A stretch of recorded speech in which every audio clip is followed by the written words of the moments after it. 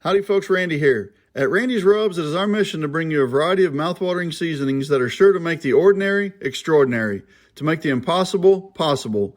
Creating memories with friends and family is what is most important to us, and we hope to be the cornerstone of your meals, making memories with the ones you love most. As all of you continue on your fall sports journey, Randy's Rubs wishes each of you an incredible season, and may each of you be an All-American.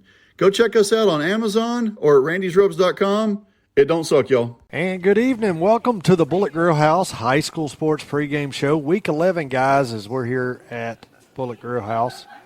It's flown by, hasn't it? It has, and it's weird for you because it's already over. God, do we have to even talk about that?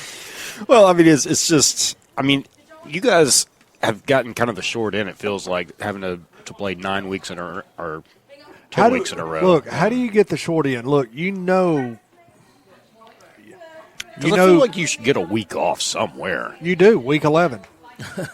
The week going into the playoffs, before the playoffs. You mean get that week off. Season. You get that week off, right? You get an extra week to figure out who you're going to play, right? If you're the 4 seed, out of District 9 3A, you're playing Kirbyville now in the first round of the playoffs. So, yeah, you kick it back and be able to have an extra week of preparation. But instead, you got an extra week to air up basketballs. No, didn't have an extra week. They were already aired up. I'm only assuming. I don't know, but yes. I'm sure they'll have a better basketball season than they will. Let's hope so. I'll tell you, I wasn't even going to jump into the game. You brought it up. We'll talk about it in a little bit. Let's talk about Bullett Grill. That's a happy subject. Yes. That's the highlight of my week this week, is coming to Bullett Grill House. Bullett Grill? Yeah. Until you, in your Michigan, I think you were wearing that same jacket last year about this time. Probably so. Supporting Michigan. He's jumping on the Michigan bandwagon. We're all right with that. Well, it's because I'm going to scout other teams tonight. Here at Bullett Grill House as we're fixing to watch Game 5 of the World Series. Yeah. So. And some hockey. Oh, yeah. You're mentioning that sport again. Thank you. Yeah. Hockey, eh? We got hockey on. The only reason hockey is on here is because Chris is from Michigan. That's really it. No, we've got a few hockey fans. Got a few fans. Got some Penguins fans. Come up here and get them a. They tell you that because they feel sorry for you. Get them some grub and Brian. What were you? No appetizer tonight for us. No, I went straight meal. I got here way too early. I had to go run some errands. Traffic was light. Coming from Goodrich. Yeah. I didn't want to turn around and go back home, so I came up here and. I figured, you know what? I'm always hungry. I'll eat.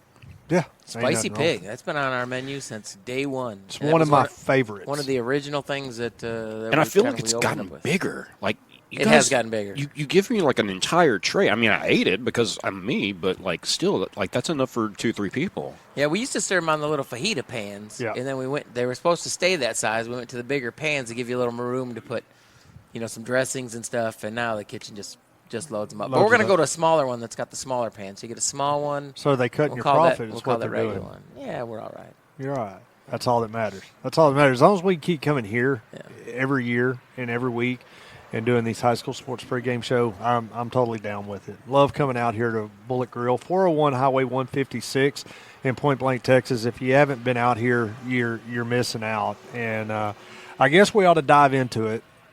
Since Brian already brought it up, we had some good games this last week. We can talk about happier games. I mean, it's up to you. Look, hey, we can talk about the big upset, right? What I feel like was a big upset. Chris, you'll probably agree with me, is I went to the game Thursday night, and it got postponed, rained out. It was the Woodlands-Willis game, which ended up getting played Saturday, and I totally wasted my Saturday because I thought my wife had other plans, and we sat at the house all day. And I say sat at the house. She had me busy. Don't get me wrong, but that ended up being a Saturday game at. I think the Woodlands really won that game in the rain Thursday night. Why wouldn't they? Right? Because they couldn't stop nothing on Saturday. No, they couldn't. And told you guys. But your prediction was based off of a Thursday night game, not a Saturday game. So your prediction goes completely out the window. So you're going to give me an asterisk. Yes. Yeah, we're going. I would have changed my pick on Saturday instead of Thursday. I probably would have too. Drier conditions and everything else. I mean, yeah, that whole deal changes. But big game over there as the Woodlands lose. Willis wins that district championship, and we could stretch on another big upset. Let's talk. The one thing about that though, the Woodlands did score some points, and that Willis got some concern. There was no shortage of points. 56-35, I think, was the final there. I mean, it was like there was no defense out there for a majority of the game. And it was a football game. I was scoreboard watching as we went through that, and, I mean, it was a good football game. I regret not going to it now. But another big game, big upset, was DeSoto upset Duncanville this last week as well in a tight one. I don't have the actual score up here on my sheet, but that was another good one. And then what I consider an upset as well, Battle of 287, Brian, as Groveton defeated Corrigan. 56-34 was the final over there. Yeah, Corrigan's young, though. I think I picked Groveton in that game. If I picked Corrigan, it was just because I was. Now we're going to put the asterisk beside it. I was more leaning that way, but I really think I picked Groveton in that game. Groveton's had a very good year this year. They're going to finish second in that district. And it's not like Corrigan's had a bad year, especially if you consider their entire roster got wiped out. I mean, they're going to make the playoffs. They're going to finish fourth place. And, it's like you say, they're playing a lot of kids that were basically either JV players or in some cases you had kids that were on the junior high team last year. So all of a sudden they're making the jump to big Friday night football, and the game's a lot faster, and it took them a while to adjust. They did adjust once they got into district, and good enough to defeat a couple of teams in there and make their way into the playoffs, and who knows what happens once they get there. No, you're right, and they got a big game this week, and we'll talk about it as we progress on through the show. But Corrigan, it's not the end of the rope. New numbers come out for the district realignment this year. Looks like Corrigan's going to jump back up 3A Division II per the realignment. What I was looking at and studying the numbers, so that makes it interesting. On the other aspect, on the realignment numbers, Shepherd turned in over 640-something students in the high school, so they're going to jump 4A Division II is where they're going to be. So it's going to be interesting. And then Trinity turned in higher numbers and going to move back to Division I. So where Shepherd slides out, Trinity's going to slide in that district realignment. We'll get the official word in February, right? And we'll have some podcasts out on all that good stuff. But interesting to see what these numbers – Woodville was only six students higher than what the projected cutoff is for 3A Division II. And everybody's telling me, as far as Livingston's district, that Splendor is going to make the jump. Yeah, Splendor's making the jump. They turned in like 1,400. Now, the other interesting side of that on the realignment was all three of New Caney ISD schools dropped down 5A Division I. Yeah. So Porter, New Caney, and West Fork Gators are all going to be 4A Division I or 5A Division I this year. Gators, huh? Yeah, West Fork of the river, right? The Gators. Okay. You see the coalition there. So, but anyway, but back to Corrigan. Big game this week against Centerville for them. I mean, they're in the playoffs, right? Yeah. So it's a matter of getting work done and going in probably the 3 seed out of this district, or 4 seed. 4, yeah. Because Jewett-Leon's got that head-to-head. Yeah, so. That really close game with Leon. And they also played a tough one with Groveton. Leon did. And, obviously the game Friday didn't work out like Corrigan wanted it to. Did not start the game that way. They ended it the way they wanted to. They put 2 or 3 touchdowns on the board there in the fourth quarter and closed it well and made a good showing against a rival team. But just didn't have enough in the early going and kind of an adjustment period. And I read some of Coach Ratliff's comments to where He said he thought the team was more reacting to what Groveton was doing instead of just playing Bulldog football. So it can be difficult, especially like we said. You got a lot of inexperienced kids that haven't played on the varsity level, and Yep. they're trying to adjust on the fly. No, they are. And so that does make it interesting. And how much time we got, Ken?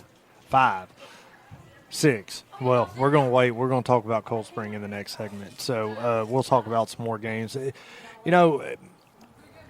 Corrigan, I got to see them early on, and we've talked about it throughout this season. And they've been that football team, like we say. They're young. You got kids that played 8th grade football last year that are starting at the varsity level, and it's a big curve. I got to see Corrigan play. Hopefully we'll get to go cover a playoff game or so of the Bulldogs. But with all of that being said, they're just building for the future, and they're going to move up 3 Division I and be back in Division II, and they're going to be back in that district with Newton probably again, and New Waverly and all that stuff. And I think next year they're still going to have their struggles, possibly make the playoffs, but yet the following year behind that is when they're going to shine and stuff. And the key thing is they're still going to the postseason. Another game big rival game that was going on this last week, Mid-County Madness, P&G at Nederland, and P&G just had it their way. 41-16 was the final in that football game this last week. Which is a surprise because usually it doesn't really matter what the records are. It's usually a really tight ball game, kind of like your Cold Spring Shepherd, yeah. Yeah, that one. Yeah, most definitely. It normally is. And so that whole deal there. A game that was really one that my buddy, I call him Whistleblower, he FaceTimed me. We were at the restaurant after the game Friday night. He FaceTimed me. Tarkington kicks with 1.5 minutes left, kicks a 30-yard field goal to take the lead over Buna. Mm-hmm. Buna comes back with like 1:20 left and scores. 28-25 was the final there as Buna defeated Tarkington. And what makes that game so big is Anahuac was sitting at home needing Tarkington to win that football game. Yeah. To lock Anahuac's spot into the 4 seed. Well, and then an Anahuac win over Tarkington would have locked Anahuac in the 4 seed of making the playoffs. But with Buna beating Tarkington Friday night, now Anahuac has to beat Tarkington, and Buna has to lose to Hardin this week. Good luck with that. In order to Hardin's been playing fair football. But so there's a lot of what I'm trying to say is there's still a 3-team opportunity at that 4 seed. Buna holds their own fate with the game against Hardin this week. But if Buna loses that one, the winner of that Tarkington and Anahuac game is going to slip into the 4 seed of the playoffs. Yeah. So very interesting. And then on the other side of it, Kirbyville in District 10 3A, Kirbyville brings Orangefield over to the house. Kirbyville defeats Orangefield 34-19 to take the 1 seed in that district. I mean, it's like, if it could get any more screwed up over there, it has. Yeah.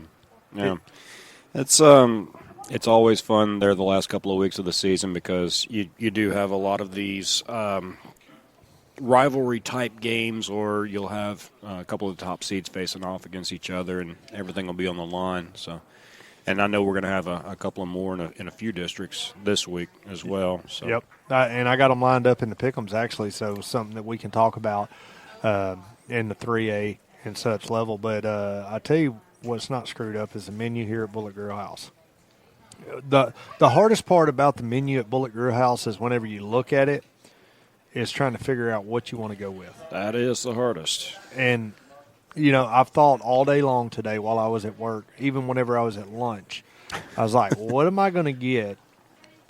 And what might I get tonight whenever I go to Bullett, right? Because I don't want to, I ended up having wings today. So I eliminated the wings because I had wings last week here. And on Wednesday nights was $1.50 wings. $1.50 wings. $1.50 wings, $1.50 tenders. And they're smoked and then hand-breaded and fried in-house, the tenders. And the wings are the same thing. We smoke our wings, and then we don't bread those, though, so they're unbreaded, but they are flash-fried to heat them up and sauce them. But it's the whole wing, right? $1.50. I see some other places do 75 cents or $1 for the baby wing. These are the whole jumbo A's. Those that they're doing for 75 cents a pop, they're not even full grown. No, they're babies. Yeah, they're miniature chickens. I didn't know y'all smoked the tenders. I may have to try that. Next week? We pre-smoke all our chicken now. So it's the food here at Bullett is just totally off the chain. Matter of fact, I was at the game last week, and at halftime I went down and kind of moseyed through the bleachers and was looking around, talking to a couple of people, and I had a couple that grabbed me and they said, "Hey, is that Bullett Grill House? I know you." Their exact words were, "I know you get paid to talk about Bullett Grill House." I'm like, I'm still waiting on the check. But they said, "Is it really that good?" And I said, "Look," I said, "my wife and I frequent there." I said, "We got some friends that come from Tomball that whenever they're out this way, this is where we come eat." I said, "I promise you it's worth the drive, worth going and eating." And they said, "Well, we're going to have to go try it out." They listened to our pregame show and they listened to the podcast that I do. And I talk about the Bullett Grill on the podcast and stuff. So with all of that being said, and I guess they follow my social media as well, but they're saying they're going to come out and they've never been here, so they're going to be rookies. And I told them, I said, just prepare yourself. I said, just start at the front and work your way to the back. I said, that's the best way I can tell you to attack the menus. So, but y'all get out here to Bullett Grill House and try the food out here. It's absolutely unbelievable. Service is great. We're on the patio, got heaters going out here. I mean, you don't almost even know. It's hot right now. It really is. I wore a hoodie and I was like, man, I may need to take it off. So we're going to take a break here. Come back segment 2 right after this. You're listening to the Bullett Grill House High School Sports Pregame Show on 102.3 The Eagle. We'll be back right after this. Bullfrog Environmental has 16 years of erosion control experience. From silt fence to construction entrances, we specialize in it all. Give us a call at 936-672-3744 or leap over and visit us on the web at bullfrogenvironmental.com. Howdy folks, Randy here. At Randy's Rubs, it is our mission to bring you a variety of mouthwatering seasonings that are sure to make the ordinary extraordinary, to make the impossible possible. Creating memories with friends and family is what is most important to us, and we hope to be the cornerstone of your meals, making memories with the ones you love most. As all of you continue on your fall sports journey, Randy's Rubs wishes each of you an incredible season, and may each of you be an All-American. Go check us out on Amazon or at randysrubs.com. It don't suck, y'all. Welcome back to the Bullett Grill House High School Sports Pregame Show. Craig Irwin, Brian Best, Chris Moran. I missed the whole intro in the first segment. We're good. Yeah. By week 11, if they don't know who we are, we're in a bind. If you've accidentally turned on your radio and you're wondering who we are and you're about to change it, then don't, because you're about to hear some wonderful high school analysis. Dude, the best in Southeast Texas. The best high school show ever from Point Blank, Texas? Yes, the best. Theoretically, Brian, are you a Yankee? I'm not, no. You were born and raised down here? In Texas, yeah. Okay. Well, we do. We're probably the only Texas high school football show with a Yankee in it. Yeah. I don't know how you get out of being just because I was born in Michigan. I've lived in Texas for 20 years. You still got the accent, though. Your accent never left. No, it didn't. But we're glad you're here. This is the best place built up here in Point Blank, Bullett Grill House, Chris. And, I've most of my life up here in San Jacinto County, and I grew up going to another establishment. And, when y'all built this place over here, I was like, I don't know who them people are. They're transplants. And then I got here, and I was like, man, I cheated myself for a long freaking time. And I'm glad I put that behind me because I haven't been to the other place since then. Nothing against them, but, I like it here at Bullett. We're out here on the patio, 401 Highway 156. Cold night.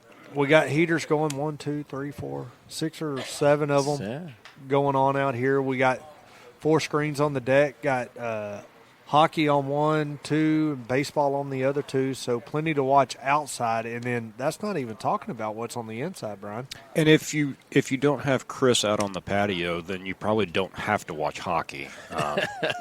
And I'm sure if you ask nicely, that is a valid point. Yeah, I'm sure if you ask nicely and you're paying for your meal and everything, you can probably get an American sport on. Well, look, I can move them around a little bit. Look, the last 2 weeks though, we were fortunate and had Sam Houston on the screen out here. Yeah, and there's I believe there's a game on tonight, but I'm There's Saturday. There's a football game on, yeah. Yeah. I thought I had it turning, but I may have to go adjust it again. You can do it at the break. So, had a lot of good games last week in week 10. We had some that were not so good, and I had the opportunity to call one of those that was not so good. As the Cold Spring Trojans held their own fate 2 years in a row, right, to make the playoffs, and this is the second year that they're not going to. Shepherd defeated Cold Spring. 40-14 was the final, and I was telling somebody on the way over here that had called me and was wanting to talk high school football. I told him, I said, if I was going to lose, if they were going to lose to anybody, that Coach Robinson over there in Shepherd is the one guy I want to lose to. And I've known Miles most of my life, and super great dude. And I actually wondered if you had talked to him since the game. I have not talked to him since the game. I talked to him before the game, and I quote, he says, "We're not supposed to be in this position. We don't have the athletes nor the talent that Cold Spring does. We should not be in this situation to where if we win this football game, we go to the playoffs." That was out of his mouth. He said, "My kids in Shepherd are a complete different breed than what y'all have in Cold Spring, athletic-wise." He said, not taking anything away from them. He said, but the one thing about them is they are dedicated to the program. And I said, that makes the difference there. I was going to say, you're making up for it in other ways if you're not as athletically on equal with Cold Spring. And they're probably not. They're probably not. But it's a proven fact that discipline outweighs talent. Simple. Yeah.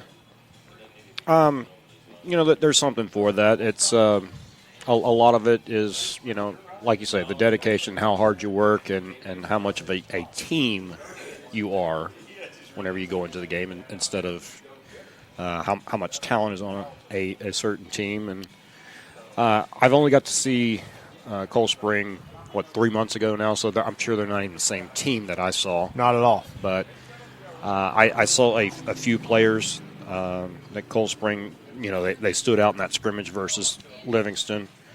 But it looked like they had a bit of a ways to go as far as putting together an offense. I'm sure there were times in the season where they looked really good. I'm sure there were times where it looked like it still needed work, and probably way too late than it should have. But. Well, most definitely. And the key deal, I feel like, was Tiger Parker goes down in the die-ball game in the second quarter with a broke ankle. Doesn't step back on the field, won't be back till next year, as he's a junior this year. He'll be a senior next year. So Tiger Parker's out, so you lose your number one running back. They bring a kid up, Landon Ellisor, from JV to play varsity football. That's a tough game to step in the middle of, a cross-county rival football game. One, you've been playing JV football all year and just absolutely dominating. Now you're stepping on the varsity football field. And the speed of the game is a lot faster. Sure. And Landon struggled with making his cuts and stuff, and took some big hits and jumped right back up. And I was really proud to see that. But I felt like that as far as the coaches, right, Cold Spring goes, is they went in and made too many adjustments in preparation with Tiger Parker going out. They removed David Rowe from quarterback. They put Luke Monroe back in at quarterback. And, they bring Landon Ellisor up to be that edge runner that KJ Harden was, and put KJ Harden to run in the interior side of the ball, which is what Tiger Parker was doing. So I felt like that So there you got was 3 kids in the backfield with new positions. right, exactly. So it changes everything up, and not taking anything away from Shepherd and their game plan and what they did. But whenever you change that many dynamics and you expect in 4 days Yeah. to be able to put that together and orchestrate a win in a really big football game, there's just too many changes, right? In my How many snaps opinion, did the Monroe kid? How many snaps did he play at quarterback this year? Just kind of a rough he percentage. he had the first 2 games, Liberty and Yeah. Hampshire Finette, and then David Rowe went in against Splendora and had a pretty decent outing there, and stayed under center from there all the way up through the Diboll game, and then the final game of the season they put Luke Monroe back in at quarterback. Yeah. So, I mean, it's rough. Like you say, I mean, you got 4 kids in the backfield, and 3 of them are playing a new position. right. And one of them's playing his first Friday night game, I'm guessing. Yes.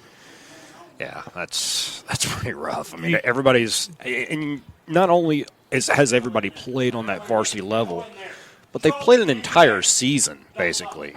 No, there's a lot there, and a lot of dynamic changes, and you know, you just can't count on that, and can't expect to go in there and get some wins, you know, and get a win in a crucial game like that. It's a lot. So you know, it's a regroup, rebuild. Let's figure it out.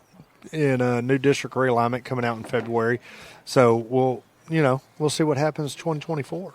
So air up the basketballs. Air up the basketballs. So what the district is still neat as you look down, and we'll talk about it real quick. 9-3A.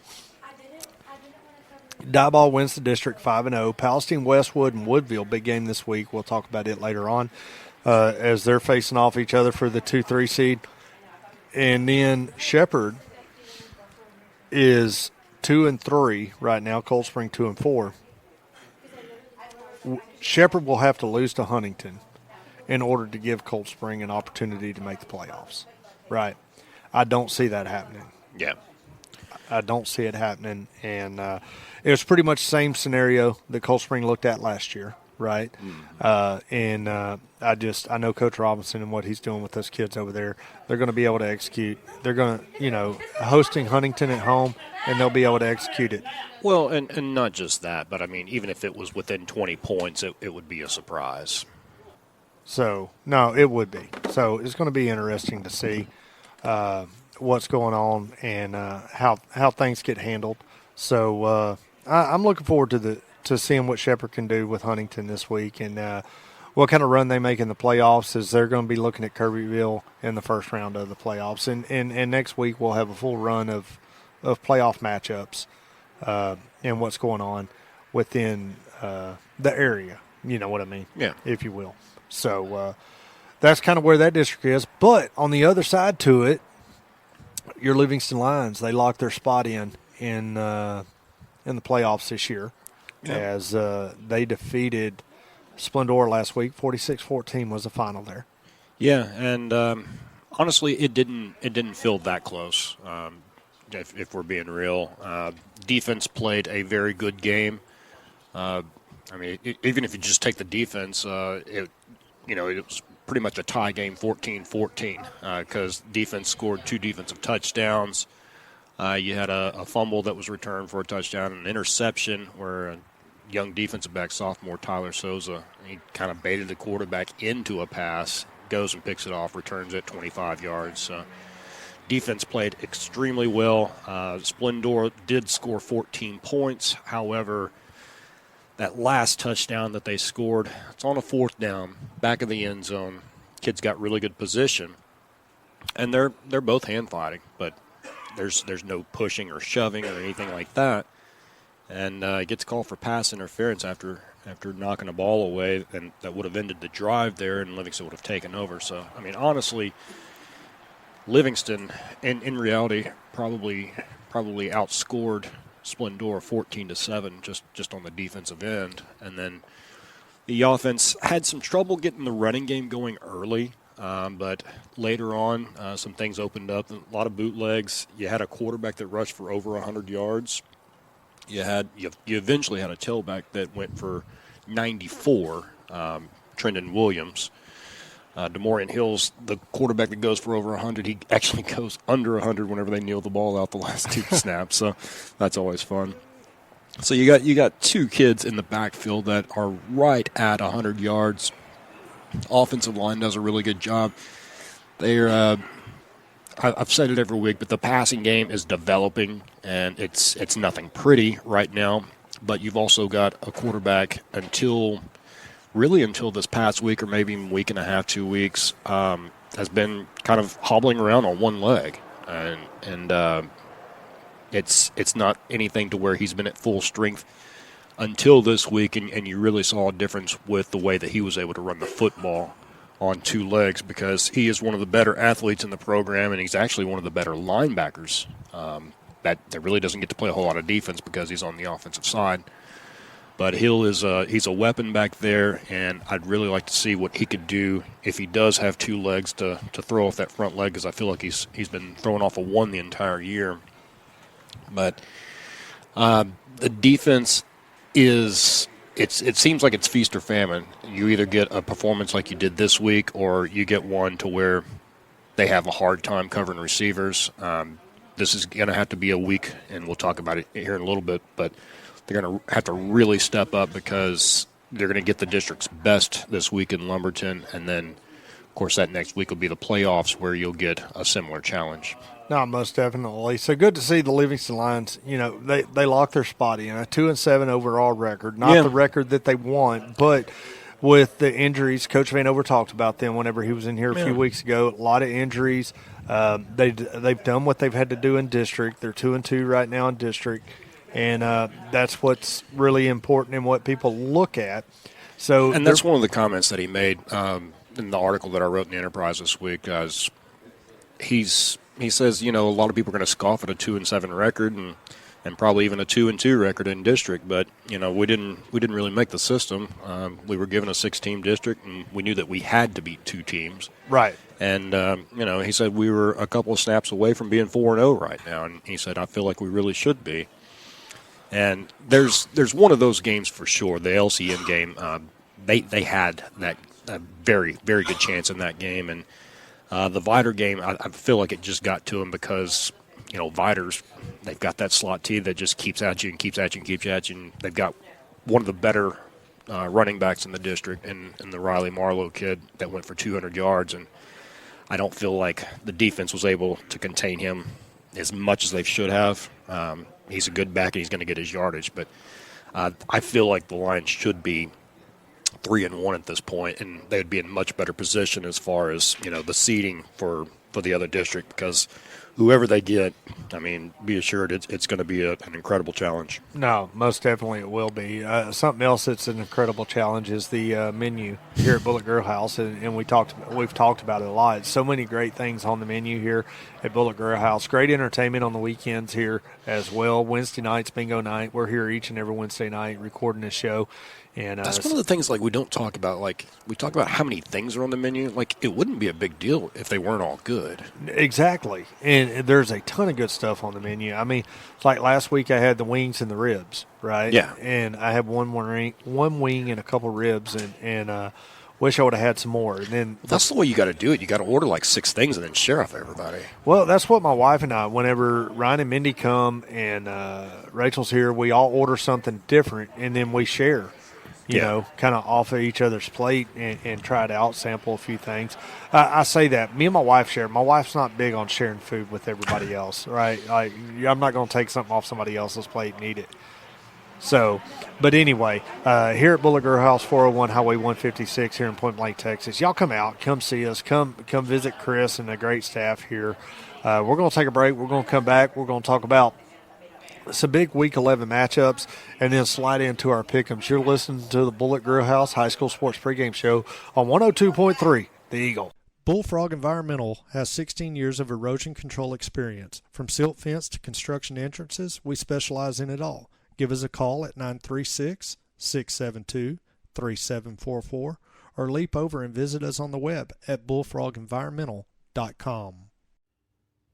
Howdy folks, Randy here. At Randy's Rubs, it is our mission to bring you a variety of mouthwatering seasonings that are sure to make the ordinary extraordinary, to make the impossible possible. Creating memories with friends and family is what is most important to us, and we hope to be the cornerstone of your meals, making memories with the ones you love most. As all of you continue on your fall sports journey, Randy's Rubs wishes each of you an incredible season, and may each of you be an All-American. Go check us out on Amazon or at randysrubs.com. It don't suck, y'all. Welcome back to the Bullett Grill House High School Sports Pregame Show as we're into Week 11 here at Bullett Grill House here at 401 Highway 156, Point Blank, Texas. Bingo night on Wednesday night. Chris, tell us. Bingo night, and we're recording this Wednesday, so you can't get out here tonight, but you can come out next Wednesday. We're actually, we always do a charity for our bingo. Sometimes it's for our scholarship fund that we normally collect for. For the next 2 weeks, though, we're going to do a little collection helping out the Cold Spring softball team. Okay. So they're trying to raise some money. So the high school softball? The high school softball team. There you go. We've got, one of the team members in-house tonight, so kind of helping them get some funds. They want us to kind of donate. I said, no, well, let's come out to bingo. Let's try to raise them a little more than just me donating a little bit. Let's try to get a little bit from everybody. So, most definitely. That's a good lick. Couple weeks. So if you want to come out next Wednesday night, if you're not doing nothing, come on out and make a donation, play some bingo. It's a lot of fun. Well, here, since some know, most don't, is I run the youth league in Cold Spring. Ladies, I run the youth league, and that one little lady right there went to the state tournament back in July, and they ended up winning second overall in the Ranger softball state tournament. So, anyway, I'm all about supporting the kids, and with running the league, I may have to work with you and do some stuff for. We can come out. It's a good night to collect a little bit. Come on, talk about your group, and and we always let you, if you want to guest call a game of bingo, you can always do that. I may have Brian come in and be the guest to call bingo. Well, you say you want a celebrity, right? So you've called the right person. Well, I figured I did. You'll be signing autographs later, right? Well, for a small fee, I guess I can donate part of that. Donate part of that back to us. That'd work. I'm trying to get her attention, trying to give her some money. Thank you so much. You're welcome. So I just dropped a counterfeit $20 bill in there. So don't tell them until after I leave.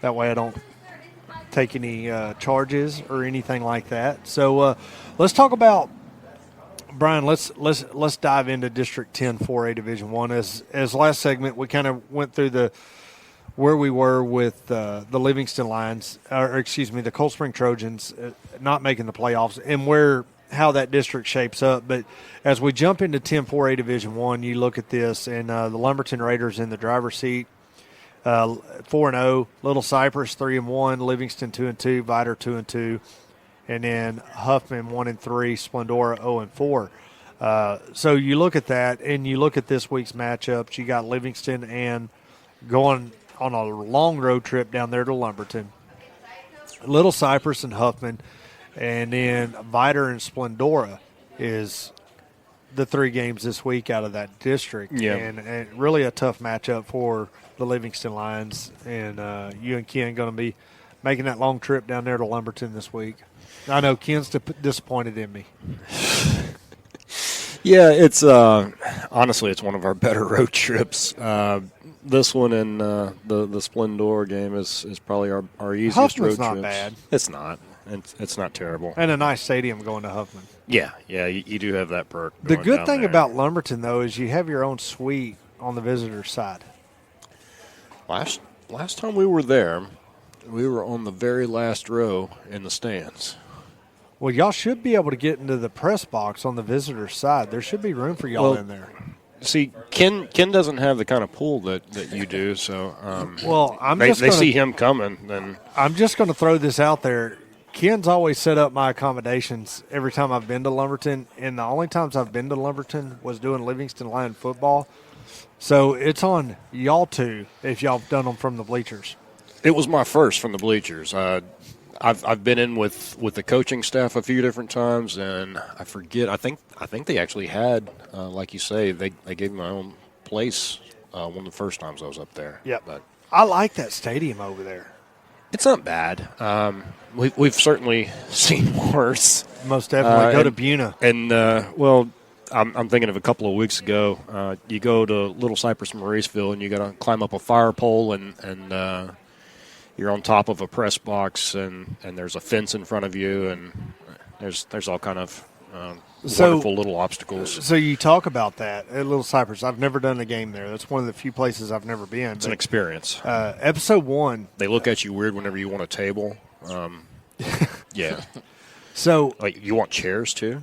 episode 1 of my podcast this year, and it's up on Apple and Spotify, the 5-9-N Sports Show.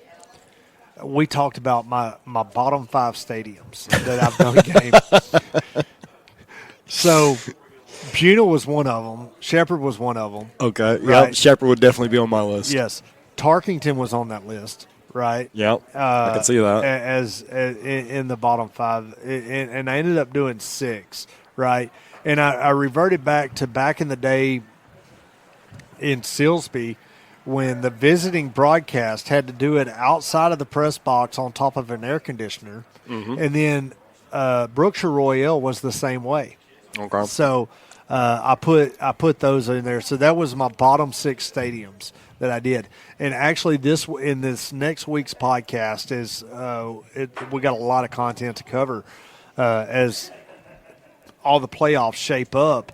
But we will talk about my top 5 stadiums that I've broadcasted games. You know what at. might even be better than that? It's just like 5 worst experiences as far as covering a game, whether it be the weather or the stadium or the whatever the circumstances were. Well, there, I can tell you my number 1, right, and it's going to be down there on the prairie in Tarkington. When the home broadcast crew, right, and they for Tarkington, and I forget what 95.1 or something like that. Ken kind of ran that for a little bit years ago, but anyway, that place. So I go in. They have a 5-man broadcast team. They have play-by-play. They have a color. They have a statistician. Then they have 2 other guys that slide in during halftime to talk about the game. And they told me, they said, we don't have room up here for you. You can go do it in the visitor stands if you got like 150 foot of extension cord to plug in at the batting cages to run up. And I'm like, who carries 150 foot of cord? I carry 100 foot, but not 150. Oh, dude, you never know when it's going to be an emergency. Yeah, exactly. They said, well, you could go right out here, and they showed me out there to the little deer stand out on the side of the press box. It's the visiting coaches box for them to radio down, right? And I asked them, isn't this the visiting coaches box? They said, yeah, but if you get up here before them, it's yours. And I'm like, no, that's not right. I'm not doing that. I'm not playing that game. So I ended up going and running the chains that game. I didn't even broadcast it, right? I went and they tried to pay me $45 to run the chains. And I said, you know what? Y'all keep that in your athletic budget. I'm good. So I guess I took the long way around of saying, yeah, Lumberton's not that bad. But, yeah, it's going to be the biggest challenge of the year, obviously. I think what may be kind of a sneaky good game in the district this week is Little Cypress Mauriceville at Huffman. Huffman's a team that's improving. A lot of their stars on defense. You got about 6 kids that are in the top 25 in the district as far as making tackles, and they're all sophomores. Yep. So it's basically like they've got another year of varsity, or for I'm sure a lot of them, their first year of varsity experience. They've got an actual season behind them now, and they're going in that last game now. They can't make the playoffs, but they can sure put a bad taste in Little Cypress's mouth before they go to theirs. But the Lumberton game, I wrote about it earlier this week, like I said in my article. They're the number 1 offense in the district. They're the number 1 defense in the district. They went on a 3-game, I believe it was, losing streak. They're 6-3 right now. I believe they went on a 3-game losing streak to begin the season. Started out really slow. The only thing to that was you had some kids that weren't part of the team that are now, and at some extremely important positions that are now leading the district. They do have the leading passer in the district. They do have the leading receiver in the district. They've got a couple of kids that are in the top 10 in the district as far as rushing. You've got a defense that, like Coach Vanover said this week, it's not really a blitzing, penetrating type thing. They just kind of play east to west, and they have kids that are big enough to stop you. They've got some of the players on the team. They're college-bound players. There's one that's committed to Baylor that I know of, and I think another one or two that are being recruited still at this time. So it's an incredible challenge for Livingston, but honestly, I like the way the schedule sets up for Livingston because you've gone through a really tough non-district. District hasn't been as tough as your non-district was, and you got a couple of wins and solidified your berth into the playoffs. And this last week, whether you lose by 70 or you win by 70, you're still going to be the fourth-place team in the district. Right. So you kind of get the advantage of facing a similar type team as to what you're going to see in that first week of the playoffs. They're going to be on the level of a Lumberton. So you can kind of get a feel for, hey, this is what life's going to be like for however long that we're in the playoffs, whether we're in it for 1 week or 4 weeks. This is the level of competition, and this is what we've got to step up to. Going to be interesting. Going to be a good game to watch, and we're going to talk about. We're going to slide into the pick'ems. He's giving us a high five over there. Yes. Going to slide into the pick'ems. You got Deweyville at Lovelady here in Week 11, and I'm going to get started on this. Game is at Lovelady. I don't think anybody's going to stop Lovelady as they've creeped up in the top 5 in 2A Division 1. I think Lovelady's going to, 2A Division 2. I think Lovelady's going to roll pretty solid. And till they meet Mart in the regional semifinals or regional finals, I think that's kind of how that's going to play out. And I'm going with Lovelady. I'm going to do the same. Can't disagree with you. I think Lovelady's going to take it. Man, no diversity in that one. This one will bring some, maybe. Barbers Hill on the road at Porter. Porter slipping into the playoffs this year for the first time, and I think ever, right, as they're going on. Going to be a good game. Barbers Hill lost one last week and dropped them to the 2 seed. Porter's in the 4 seed right now. A win here could bump them up into the 3 seed, possibly. Going to be a good game. Game is at Porter. Brian, who do you have? Barbers Hill. Brian, dude, that was too quick. Yeah. Chris? I'll mix it up here. I'm going to take Porter. I think they're on a hot streak. They're going to move up into the 3rd seed.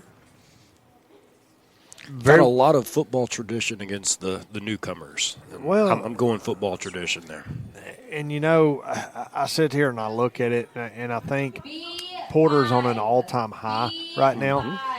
With going to be slipping into the playoffs, the only school out of their school district making the playoffs, right? So New Caney's the black sheep now.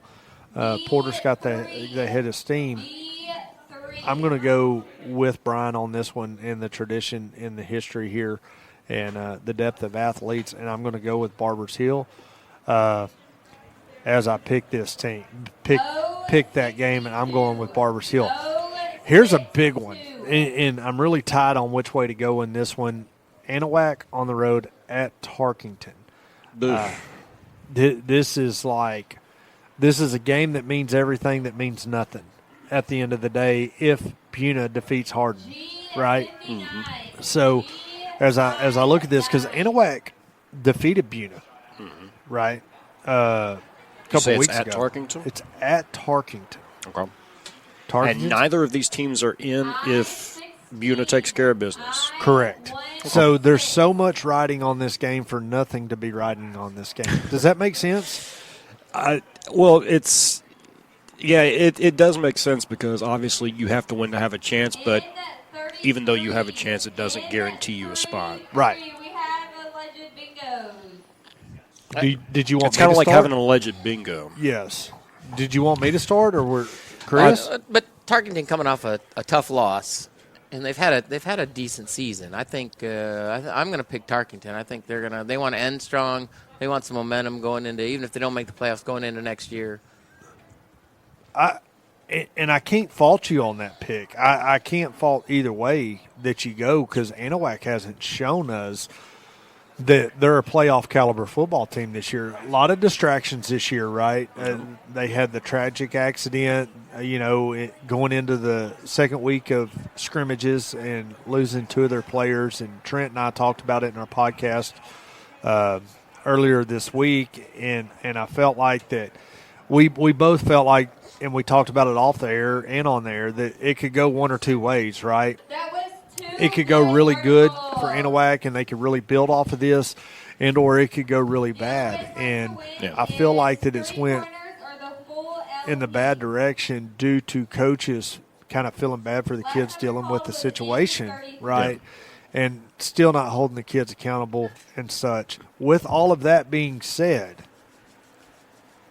I'm going to go with the guys on the Prairie. I just knew you were going to go Anahuac's way, and I figured I'd surprise you by going with Tarkington. Tarkington, give me the home team for a game that both of these teams know going in they may not make the playoffs. I would like the home team in that situation. I honestly would probably pick Anahuac if it was at Anahuac. So I'm going Tarkington solely based on the fact that it is here in the area. Final game in the Pick'ems, and I could have went even deeper because there's a East Chambers Orangefield game, right, going on in District 10 3A that's worthy of being in the Pick'ems for the 2-3 seed. And what makes this game even more relevant is you got Woodville on the road at Westwood out of District 9 3A. And the hard part about this, you're fighting for a 2-3 seed, right? These two teams are. And I talked about it in the pregames, in the podcast Trent and I did this last week, is, 75%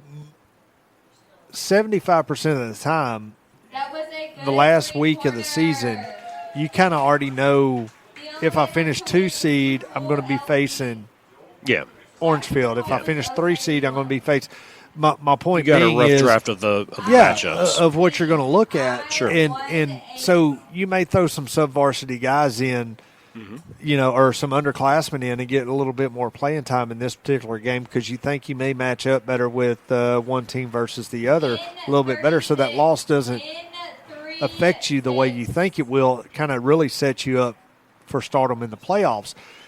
But they don't have that opportunity this week. Yeah. Because both of these games are actually Thursday nights games, so the finals we'll be able to talk about the finals. Both of them are Thursday night games. So now you're not going to stop your love fest with Westwood, are you? No, okay. I'm not. Okay. I mean, I don't know. I do have a love fest for Westwood. You do. It's been all season long. That has been your pick. But have I been wrong? I mean, what are they going to finish? Third place? Second, third. Okay. I guess depending on this week, we'll see. I'm going to go Woodville. I think Woodville is a very good team. They have been for years. They're established, and just kind of the same reason I picked Barbers Hill. Chris, what do you think? I like Woodville. Chris likes Woodville. So I look at this game, and Trent and I talked about it in our podcast, and I feel like both of these teams are pretty evenly matched. That freshman quarterback for Westwood, he's going to go. So I was actually told that he may be moving out of Westwood after this year, that DeSoto is inquiring about his dad coming over there to be a basketball coach. Okay. This kid is getting recruited really heavy on the basketball side of things. And DeSoto has been having conversations about his dad possibly come to work over there as a basketball coach to trigger their kid over his son over there, which is going to be great on the football field and on the basketball court. And they're talking about him going to a major D1 playing basketball. He's that talented and heavily recruited. Going to there, you got teams flying him to AAU tournaments over the weekend. With that being said, I'm going to go with Westwood at home getting the win. All right. So that is your pick'ems for Week 11 in Texas high school football here in Southeast Texas on the Bullett Grill House High School Sports Pregame Show. A lot of fun coming over here to Bullett Grill House, 401 Highway 156, Point Blank, Texas. That's going to be a wrap for us this week. We're going to send this one back to the studio and get ready for kickoff, where your Livingston Lions are on the road against the Lumberton Raiders. Ken Luck, Brian Besh have the call for you right after this.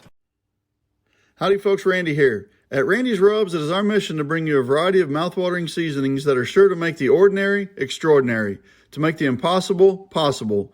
Creating memories with friends and family is what is most important to us, and we hope to be the cornerstone of your meals, making memories with the ones you love most.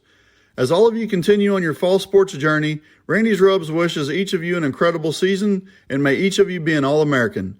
Go check us out on Amazon or at randysrubs.com. It don't suck, y'all.